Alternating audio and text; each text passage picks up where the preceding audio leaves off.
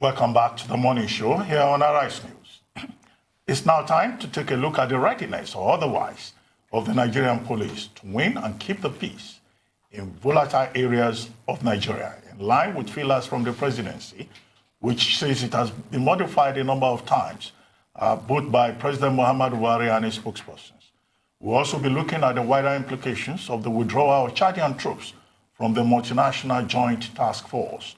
To help us through all of that will be Dr. Kabiru Adamu, a security professional and chief executive of Beacon Consulting Nigeria, an Abuja-based security outfit. Dr. Adamu, good morning and welcome to the morning show. Thank you, Dr. Ruben. Good morning and Happy New Year. Good morning. Happy New Year. Thank you very much indeed. Well, let's start with the announced withdrawal of Chad from the Multinational Joint Task Force in the northeastern corridor of Nigeria. The explanation that has been given in the papers is that, the involvement of Chadian forces was meant to be for just a period of 9 months. But what we know is that the crisis in that corridor has not abated. Boko Haram seems to be gaining energy on virtually a daily basis. So what is the implication of the withdrawal by Chad, and what do you think should be done going forward to make sure that we don't leave that flank open? Okay, thank you, Dr. Ruben. I would like to look back at just before their deployment, and then to also assess the situation at the time they withdrew. So we know that they were deployed around March 2019. And at that time, the major concern for us was the consistent attack, and in fact, successful attack against military forward operating bases, and that's Nigerian military forward operating bases, in mainly the northern part of Borno State, around the Lake Chad Basin axis. To the extent that you had probably about 18 or more of such forward operating bases successfully taken over by in particular, one of the factions of Boko Haram, that is the Islamic State in West Africa province. And the consequence of that is that the weaponry in the armory of those forward operating bases become the arsenal of ISWAP, the Islamic State in West Africa basis. So a few months into the deployment of the Chadian troops, and we know that about 1,200 or thereabout of those troops were deployed, some of them to Monguno, some of them to Gajiram, and then, of course, to Gubbio, all in the northern and, to an extent, central part of Borno. Now, come the introduction of super camps by the Nigerian military, to the extent that that type of attack where they were taking over forward operating bases reduced significantly. In addition, we saw a massive reduction in the number of attacks across northern Borno. Unfortunately, however, we saw an increase in attacks, especially in the region between Damaturu and Maiduguri, which was before then the most peaceful part of the, that particular region in the northeast. So for the Chadian troops to withdraw, I think in the first place we need to accept the fact that they have opened a vulnerability in the northern part of Borno where the vulnerability used to exist. And then unfortunately, because of this continuation of attacks around Damaturu and Maiduguri axis, then we know that the threat is still there, and ISWAP in particular, as well as the other faction, which is the Jamaat al-Ahl Sunnah al-Dawat wal Jihad faction, they are also active. So it is not clear why that the withdrawal is. I can assess it on the basis of perhaps the mandate that was given to the Chadian troops. We know that they came under the Multinational Joint Task Force. We know that that Joint Task Force started sometime around 2013, 2014 under former President Goodluck Jonathan. But we've seen how the current president, President Buhari, has given impetus to that Multinational Joint Task Force. We also know that this type of joint operations between countries comes with some level of distrust, especially given the fact that the other countries are all Francophone countries and then Nigeria is Anglophone. There are some level of distrust between the armies of these two countries, given the influence of France and there. So perhaps the mandate was meant to be a test to see how effective it would be, and then this withdrawal will also allow both sides to assess the situation. But the bottom line, and that's the point I want to emphasize, they helped in improving the security situation in that environment, northern Borno. Now that they are out, there is a gap, there is a vulnerability, and I think it behoves the Nigerian army to tell Nigerians, and especially the residents of that community, what gap stops they will put in place in the short term to ensure that the insurgents don't overrun those locations. Thank you. This is alarming. I mean, the government announced that civilian authorities will now take over security in certain areas after assessments have been conducted. It appears that even northern governors are not convinced by that. And now you're querying or sort of contradicting the statement by Garba Shehu that Nigerians should not panic with the withdrawal of the Chadian troops.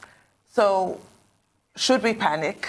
Are we safe? What's going on? What are your thoughts on the whole situation? No, we shouldn't panic. We have to remember that Nigeria is probably footing the bill of the Multinational Joint Task Force. And I say this with all sense of responsibility and being realistic. The Multinational Joint Task Force is operating under the Lake Chad Basin Commission, and Nigeria is the biggest country, in that commission. I think there are about 9 member states. Of course, our development partners also supporting. I know Germany, France, probably the UK is funding to an extent and aspects of that commission. But Nigeria is the major stakeholder and has been funding that commission. Even the Multinational Joint Task Force, if you remember, we pioneered, even though the French president, I would say, initiated that commission, but we pioneered it under President Goodluck Jonathan, and of course with the impetus given to it by this government. So I wouldn't use the word panic, given the fact that we were behind the creation of all of these initiatives, and we are the biggest stakeholders. We need to also be mindful of the fact that there are strategic issues involved here. At the early stages of the Multinational Joint Task Force, the major issue was distrust between the member states. The issues around right of pursuit, how many kilometers would you allow the troops from neighboring countries enter your own country? The debate was around 50 kilometers, and then I think that went on for several years before finally they reached an agreement that allowed either side to come in. In particular, Nigeria allowed Chadian, Cameroonian, and even to an extent Nigerian troops to come in and support the operations. Having said that, I think we're in control. Our commanders are deployed actively in those commissions. Like I said earlier on, the major onus is on the Nigerian army to tell us as Nigerians the stopgap measures they are putting in place in the short term. Following the withdrawal. The withdrawal happened on the 2nd of December. 5 days after, we haven't seen that kind of announcement. So, and as it were, the reality is that residents of the communities, I mentioned Monguno, Gubio, Gajiram, and to an extent Bama, they are nervous, and some of them are actually relocating because of this concern. So the onus is on the Nigerian army to tell us stopgap measures they are putting in place in the short term to ensure that the vulnerabilities that we've identified, because I want to emphasize the point that the vulnerability is there. We should not shy away from accepting that. So what steps are they going to put? I don't want to mix the policy statement by President Buhari that the military will withdraw from certain locations, because as far as I know, I do not think locations in northern Borno will be affected by that policy. When we come to discuss that, we'll probably expand on that. But for now, there is a vulnerability, there is a gap, and the Nigerian government, the Nigerian army, especially Operation Lafia Dole, needs to tell Nigerians and residents of Borno what stopgap measures they are putting in place to reassure the residents of those communities and to reassure Nigerians in general that, Jamaat al-Islam al-Dawat wal-Jihad and Islamic State in West Africa will not exploit the vulnerability that has been created by the withdrawal of Chadian troops. Absolutely, and that would be ideal, but of course that's not the situation, which is why, like you said, a lot of people in those communities are currently getting nervous. People are also wanting to relocate, etc. And what's interesting here is that one would automatically think that the police would just be outmuscled when put in charge of such a vulnerable area to insurgency. I want to get your take on how you feel the police can really handle the Northeast and areas that they're pulling out of, seeing as that is a suggestion or that is what is going to happen. And you also mentioned distrust between armies, and I wanted to bring that up again because you talked about, for example, maybe the fact that we're an Anglophone country and we're surrounded by Francophone countries, that there could also maybe be French influence. What sort of influence are we looking at here? Is that influence that's to the detriment of Nigeria, and if so, in what sense? Okay, you asked me two questions. One is the involvement of the police. At this stage, the policy statement by President Buhari is not clear. He indicated that there will be a withdrawal of the military in certain locations and that the police will take over. Now, I want to be clear on this. I am an advocate of the involvement of the police in internal security matters. It is an abnormal situation that in a democratic system, we have the military deployed to 36 states and the Federal Capital Territory for internal security operations. That is not acceptable, and I have severally, in different fora, advocated for the withdrawal of the military. So I'm very supportive of that statement by President Buhari. However, for that to happen, there are certain things that need to be done. We need to ask the critical question, is our police in a state to take up that responsibility at the moment? And the clear answer is no. There are several issues affecting the police that needs to be improved upon. So I would not envisage a situation where the police would take over frontline locations in the Northeast. However, the military policy of take, hold, and rebuild needs to come in here. Where the army has successfully taken over, I think the police can step in together with the army to hold and possibly support in rebuilding the democratic institutions that are necessary for reconstruction and development in the locations. By that, I mean, as an example, we can have concentric cycles where the outer cycles are manned by the military, then the inner cycle, to an extent, by the police.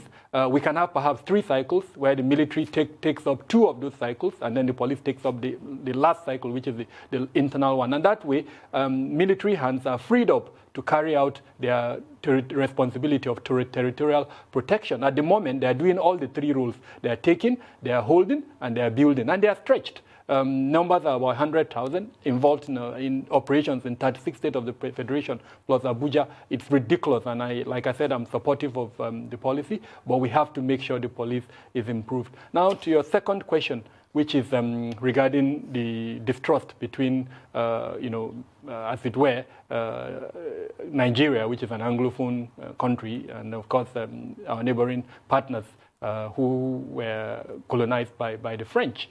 International politics is all about interest. We'll be kidding ourselves to think that all our international partners have shared interest with us, and this is very clear. We've seen how our borders have been used, as it were, by our enemies, including Jamaat al-Ahlissin al-Dawat wal-Jihad and Islamic State in West Africa province, perhaps with sometimes either collusion or even the turning an eye or even active support by some elements within our neighboring countries. And I say this with all sense of responsibility, because the reality is those our enemies, the 2 insurgent groups that I've mentioned, will not have reached this stage. 10 years of active warfare without some form of support or collusion by international partners, either state or non-state actors.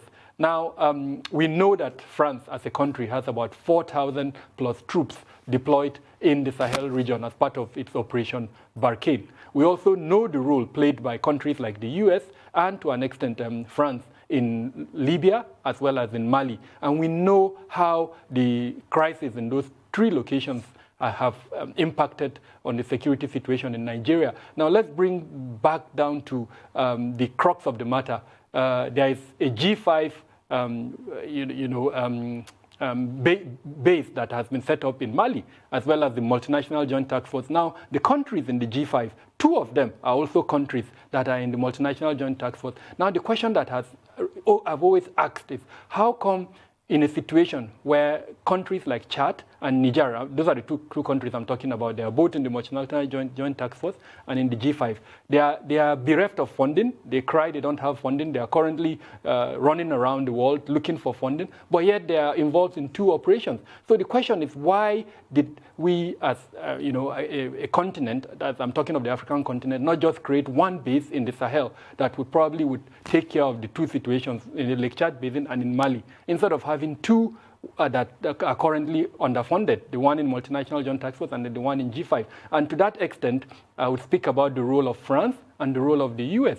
Their strategic interest in the region, I think it's not in tandem. They have different strategic interests, and that is why we have the situation we are. So bottom line, what I'm trying to say is Nigeria as a country needs to determine its interest and not be dependent on our international partners, and that therein lies the distrust.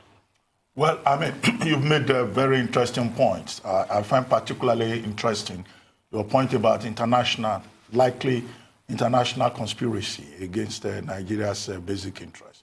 And that's curious, considering the fact that the vulnerabilities you talk about in that northeastern corridor, these vulnerabilities, are they not shared? Those neighboring countries also facing the same risk that we face?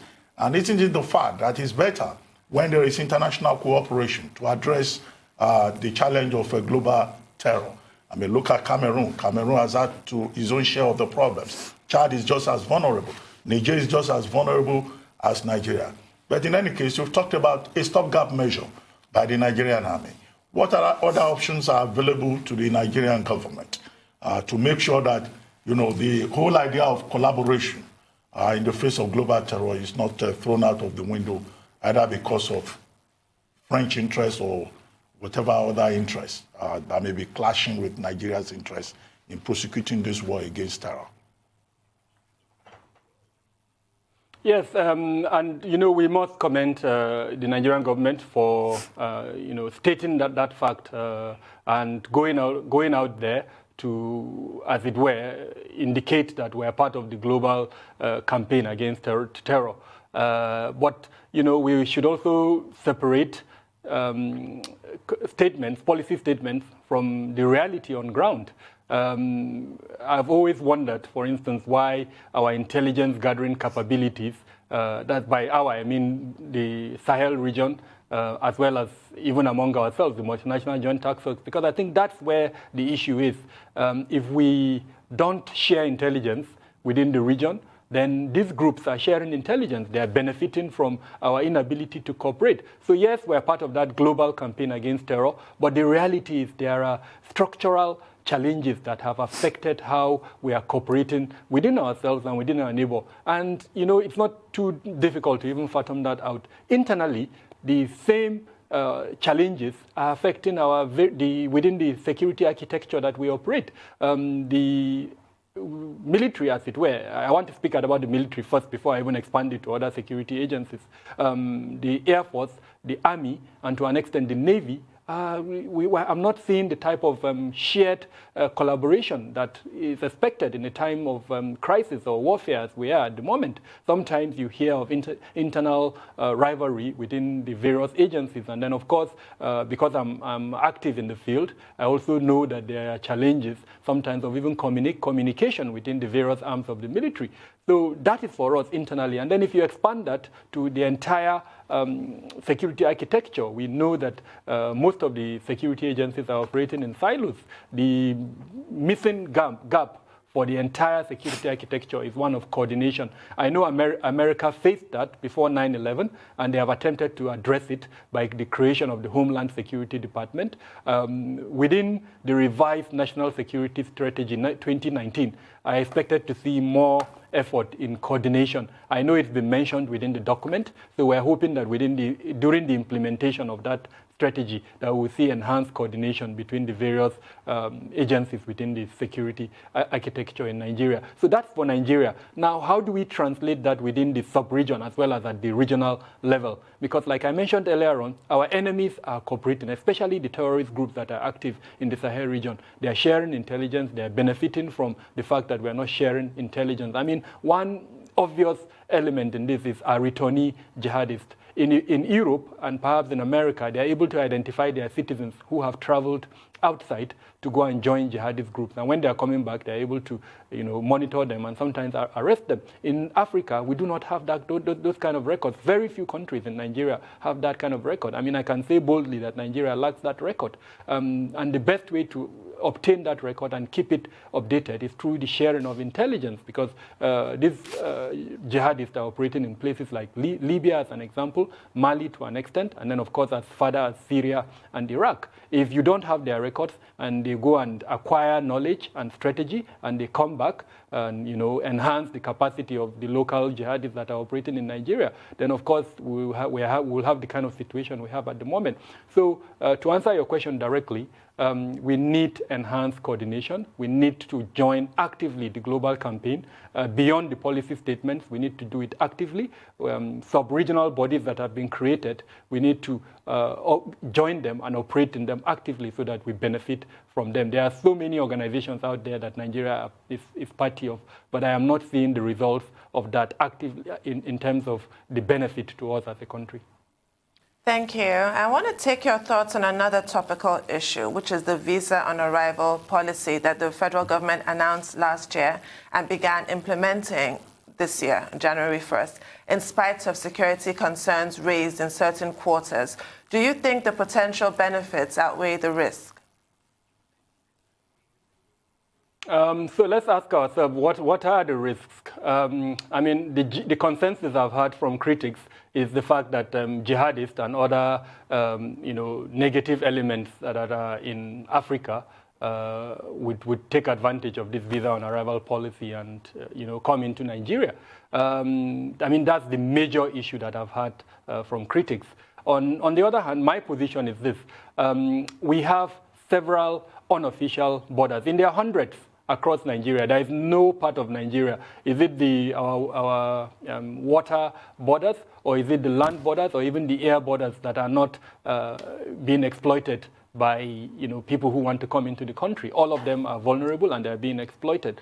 So to that extent, I would rather have a situation where we're able to document people coming into the country than a situation where we have unofficial borders that are not manned and are being exploited by elements that we don't want to come into our country. Having said that, I'm hoping that the funds that will be generated from this visa on arrival policy would be used strategically, so that we have some form of presence in these unofficial borders, and more importantly, we're able to document people coming into the country and track their movement, something we're not doing currently. So I'm being positive. Yes, I know the risks are there, but I also know that we need to do what we're doing. We're part of the global community. If our economy is going to open up, then I think we need to do something like that. Of course, even though this is not a security issue, but diplomacy is about reciprocity. If Nigeria has such a policy, then I'm hoping that our African brothers would also do the same to Nigerians, and that would help us in terms of how we travel to other countries and the benefits that accrue from that. So in the long run, I'm hoping that we'll take advantage of this policy and improve on our border control measures. Thank you for your perspective on that. Now, I'd also like to get your perspective on something rather scary, a rather scary report that came out by a man called Ibn Bala, who's a private military contractor. And this report came out through an interview that he had with Al Jazeera. And we discussed this on the show earlier on today, this morning. Now, he said that he alleges that the U.S. influenced Buhari to stop the rescue of the Chibok girls because they were influencing his election campaign. And he also went as far as discussing the efforts made when his contract was still valid, which I believe was given to him or granted to his company under the Jonathan administration, saying as well that in 1 month they were able to reclaim more land from Boko Haram than the size of Belgium itself. Now, the allegations that he made against the current government are quite strong allegations. I wanted to get your take on that and the influence, of course, of private armies when it comes to tackling insurgency. But first of all, of course, addressing the main issue here, which is that he is claiming that the Buhari administration stopped looking for the Chibok girls, or stopped the efforts made for the Chibok girls in order for the U.S. to continue funding the Buhari campaign. What is your take on that? Well, the private contractor and that industry itself has a lot of issues all over the world, as it were. And we have to ask ourselves, what are the reasons that you bring in private contractors? Most times it's an issue of liability. There are rules guiding wars, as it were, and national armies, state armies are bound by those rules. So where it's difficult for you to operate within the internationally accepted rules, sometimes you bring in these private contractors because they are not bound by those rules. And if it were, the notorious ones around the world, we know them. With due respect to South Africa, you have them from South Africa. And in this case, this particular private contractor is from South Africa. Were they effective? At the time they were contracted under President Goodluck Jonathan, yes, they were effective. Will they be unhappy if we've not been told how much they were paid, but I mean, as someone in the industry, I know we're talking of probably billions of dollars because they don't come cheap. Will he be unhappy that his contract was terminated? Yes, he'll be unhappy. Would he be kind to the government that terminated his contract? It's very likely. He's human. He's lost money. So he's likely to be unkind to that government. And so to that extent, if I'm assessing his statements, I will assess it on the basis of that. Yes, they were successful. They did recapture territories like he mentioned. Unfortunately, given the fact that Nigeria were who we are, we've not been able to have records of how they operated. But we know that one of the reasons why the insurgency is thriving is because of the heavy-handedness by the Nigerian army, and of course, perhaps with private contractors like that. So to that extent, I am not very comfortable with the involvement of private contractors in especially warfare like the type that we're having in Nigeria. What I have always advocated is the use of both the carrot and the stick approach. And to that extent, I know Nigeria has come up with what we call the countering violent extremism measures. And even though we're not funding that measure, instead of giving money to a private contractor, I think that funding that could have been given to private contractors should be put into the countering violent extremism mechanism. The Office of the National Security Advisor came up, this was under President Goodluck Jonathan, they came up with that CVE measure. The CVE measure was embraced by the current government, and the Office of the National Security Advisor, this current one, did come out with a framework which it launched about 2 or 3 years back. The only challenge we saw is that it remained at the center, at the federal level. They did not take it further, and we took them up on that. They should have taken it further to the state and the community levels. And what are the elements of this countering violent extremism measure? The most important one is economic regeneration of the affected region. We have to accept that poverty, illiteracy, and the other economic challenges are one of the major precursors of terrorism. And if you don't tackle them at the root level, then it will continue. The second element is the narrative around, religion, as it were. What kind of ideology is being preached by Jamaat al-Islam, al-Jawat wal-Jihad, and then, of course, by the Islamic State of Africa province. Dr. Adamu, sorry to interrupt you. We just have, yes. A few more seconds to go on this segment. But I would like to have your thoughts quickly on the current face-off between the United States and Iran. Do you think that there are likely risks for a country like Nigeria, considering the fact that you have the Shiite movement in Nigeria already protesting on the streets of Abuja? Yes, there are risks, and as you're aware, the U.S. Embassy, the State Department, has put out a travel warning for its citizens, and that includes its embassies, and then, of course, any public place where there is a huge gathering. But I am not looking at the risk from the Islamic State, from the IMN, Islamic movement in Nigeria. They are a recognized group, even though they've been banned by the government, but we know their mandate, we know what their objective, what they're trying to achieve. The risk is likely to come from sleeper cells and from proxy organizations that we know Iran may have created over time. I want to take us back to a few years back when one Hezbollah commander went to, I think, our embassy in Jordan, changed his, he did facial surgery, changed his features, and obtained a visa. It was at the airport that he was actually arrested. He was on his way to Nigeria. I also take us back to, I think, 2013, when bombs were discovered in Kano, buried. and they were linked to Hezbollah. So there are proxy and sleeper cells organizations that may have links. Thank you very much, Dr. Adamu. Thank you very much. Unfortunately, that's all we'll be able to take. Thank you for your insights. Thank you.